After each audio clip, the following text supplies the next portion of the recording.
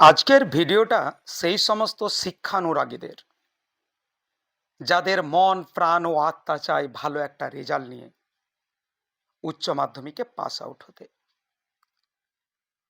আমি তোমাদের প্রিয় মিঠু স্যার তোমাদের সেই স্বপ্ন বাস্তবায়িত করার জন্য চলে এসেছি আজকের এই ক্লাসের ভিডিওতে ছোট্ট একটা উপহার ভূগোলের সিলেবাস নিয়ে। হ্যাঁ প্রিয় শিক্ষার্থী তথা থার্ড সেমিস্টার যাদের জিওগ্রাফি আছে তাদের জন্য স্পেশাল হতে চলেছে আজকের এই ক্লাস।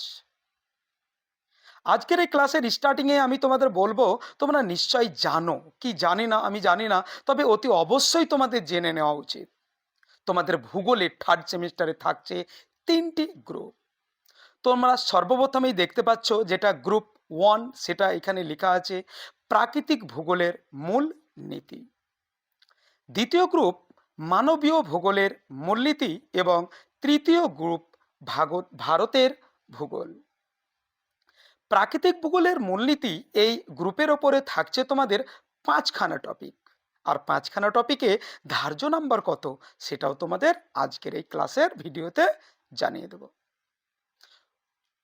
প্রাকৃতিক ভূগোলের মূলনীতির প্রথম যে টপিক, প্রিয় শিক্ষার্থী তুমি যদি চাও ভালো একটা রেজাল্ট করতে প্লিজ ভিডিওটা স্কিপ করবে না, শোনো বোঝো তারপরে পড়া স্টার্ট করো। ভালো একটা ভবিষ্যৎ, ভালো একটা রেজাল্ট তোমার জন্য অপেক্ষা করছে। তুমি ধৈর্যশীল হও, পুরো ক্লাস একদম মনোযোগ সহকারে দেখো, ভালো একটা রেজাল্ট তোমার জন্য অপেক্ষা করছে। প্রাকৃতিক ভূগোলের মূলনীতি এর প্রথম টপিকটার নাম হবে ভূগঠন। দ্বিতীয় অধ্যায়টার নাম ভূমিরূপগত প্রক্রিয়া এবং তৃতীয় জলবায়ু। 4 নাম্বার বায়ুমণ্ডল বা জলমণ্ডল এবং 5 নাম্বার জীবমণ্ডল। প্রাকৃতিক ভূগোল এই যে মূলনীতি প্রাকৃতিক ভূগোলের, এখান থেকে তোমাদের 5খানা নম্বর মানে টপিক। এই 5খানা টপিক তুমি যদি ঠিকঠাক করে যাও অতি অবশ্যই এর জন্য তোমাদের মানে বোর্ড তোমাদের জন্য ধার্য করেছে 15টি নাম্বার, একদম এমসিকিউ টাইপ হবে। সেখানে শূন্যস্থান পূরণ, সঠিক উত্তরটি বেছে নাও, একদম বিকল্প ধর্মী প্রশ্ন তোমাদের হবে, বাম ডান বা ডায়াগ্রাম টাইপের প্রশ্ন তোমাদের থাকবে, একদম ইজি হবে। কেননা তোমরা যে টপিকগুলো পড়ছো, এই যে বায়ুমণ্ডল জীবমণ্ডল জলবায়ু, অলরেডি এগুলো কিন্তু তোমরা মাধ্যমিক লেভেল সিলেবাসে পড়েছো, নতুন কিছু নয়। জাস্ট একটা সুন্দর টেক্সট বুক কিনে নিয়ে পড়তে শুরু করে দেবে, স্বপ্ন তোমাদের পূর্ণ হবেই। চলে এসো এবার দ্বিতীয় গ্রুপ মানবীয় ভূগোলের মূলনীতি। এটা স্টার্ট হচ্ছে 6 নাম্বার অধ্যায় দিয়ে।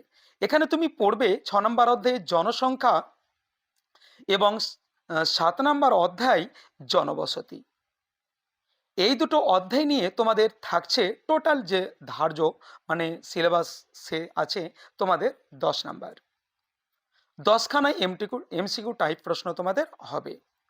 চলে এসো এবার তোমাদের গ্রুপ সি মানে তৃতীয় যে গ্রুপটা ভারতের ভূগোল। এই ভারতের ভূগোল গ্রুপটি তোমাদের স্টার্ট হচ্ছে 8ম অধ্যায় দিয়ে। একদম তোমরা 8ম অধ্যায়ের স্টার্টিংয়েই দেখতে পাচ্ছ যে অধ্যায়টার নাম এখানে দেওয়া আছে ভারতের জনসংখ্যা, 9ম অধ্যায় জল সম্পদ, 10 নাম্বার খনিজ শক্তি সম্পদ, আর 11 নাম্বার তোমরা দেখতে পাচ্ছ কৃষি, 12 নাম্বার পরিবহন ও যোগাযোগ, 13 নাম্বার ব্যবসা বা বাণিজ্য এবং অর্থনীতি। এর জন্য থাকছে তোমার 10 নাম্বার মানে ভারতের ভূগোল এই গ্রুপটি থেকে। তাহলে 3টি গ্রুপে মোট টপিক তোমাদের পড়তে হচ্ছে থার্ড সেমিস্টারের জিওগ্রাফির জন্য দেখতে পাচ্ছ 13খানা অধ্যায়। আর এই অধ্যায়গুলো যদি ঠিকঠাক তোমরা পড়ে যাও অতি অবশ্যই ভালো একটা রেজাল্ট তোমাদের হবে। এই 13খানা অধ্যায় আমি অতি অবশ্যই তোমাদের ভালো করে খুঁটিয়ে খুঁটিয়ে পড়ার পরামর্শ দেব। কেননা যদি এখান থেকে বড় কোশ্চেন থাকতো তাহলে নিশ্চয়ই তোমাদের 2x ফর্মুলা হতো, মানে হয়তো দুটো থাকতো একটা করতে হতো, বা হয়তো 6টা থাকতো 3টে করতে হতো। কেননা এখানে তোমার 40 খানায় কোশ্চেন থাকবে, 40 খানায় অ্যান্সার তোমাকে করতে হবে। আর টোটাল থাকছে দেখতে পাচ্ছ তোমরা 15, 10, 10 মানে 35 নাম্বার। অন্যান্য ইতিহাস বলো বা রাষ্ট্রবিজ্ঞান বাংলা ইংলিশ এগুলোতে বা দর্শনে 40 মার্কের হবে, কিন্তু যেহেতু এটা প্র্যাকটিক্যাল হবে তোমাদের ওই জন্য এখানে তোমাদের রিটেন মানে লিখিত পরীক্ষা হবে 35।